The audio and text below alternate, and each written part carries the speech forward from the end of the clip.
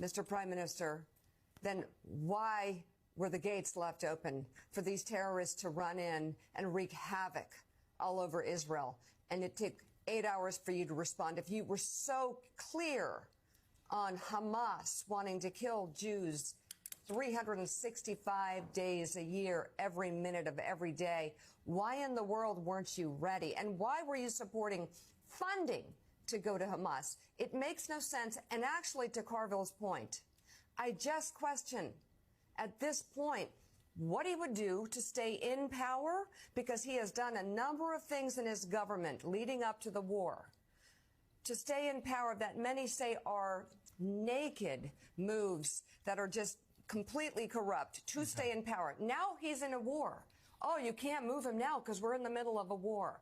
What next? Well, this is exactly when they need new leadership. They need new leadership, and the White House knows this, because you have a guy whose very political existence has been centered around security.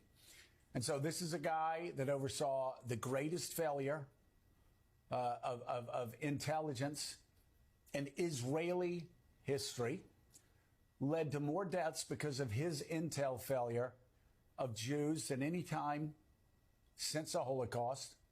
He knew that this attack was coming for a year.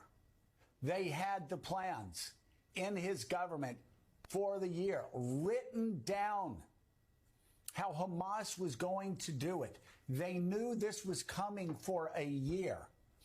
And not only did they do nothing, they had a meeting in Doha, Netanyahu's people, in Doha in September, less than a month before these attacks took place. And the Qataris asked Netanyahu's government, does Netanyahu still want us to send money to Hamas? And Netanyahu's government said yes. Well, come on. Yes, please keep sending money to Hamas. Keep funding Hamas.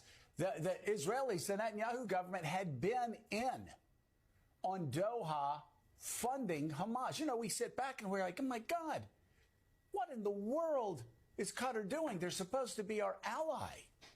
And then we find out in the New York Times 2 days ago that actually it's Netanyahu who's telling Hamas to keep funding Hamas. Israel to keep funding Hamas. Israel to keep funding Hamas. And by the way, we still haven't gotten an answer from anybody in the government on why, after 9/11, it took 3 minutes for our first responders to get there. After a school shooting in Nebraska, it took 3 minutes to lock the school down, 5 minutes for the cops to have the place surrounded, 10 minutes to shut down the entire town. And that's the story across America. There is no answer. They have no answer. They have no, and this whole thing, I will worry about that. No, this is what we keep getting told. A guy that was so incompetent that he allowed the worst killing of Jews since the Holocaust. He knew the attack was coming for a year and did nothing about it. He told Qatar to send hundreds of millions of dollars to Hamas weeks before the attack.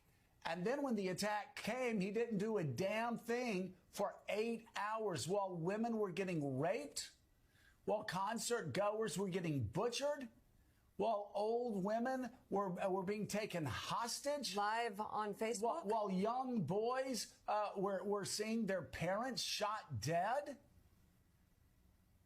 And this is Netanyahu's government. Richard Haas, this whole security argument doesn't work. And James Carville is exactly right. It's something that I keep asking myself, and they go, oh, we can't do anything until after the war. You have a guy that allowed this to happen. It was on his watch. He asked Doha to fund Hamas. His government waited 8 hours to go down and answer the calls of women being raped and children being gunned down.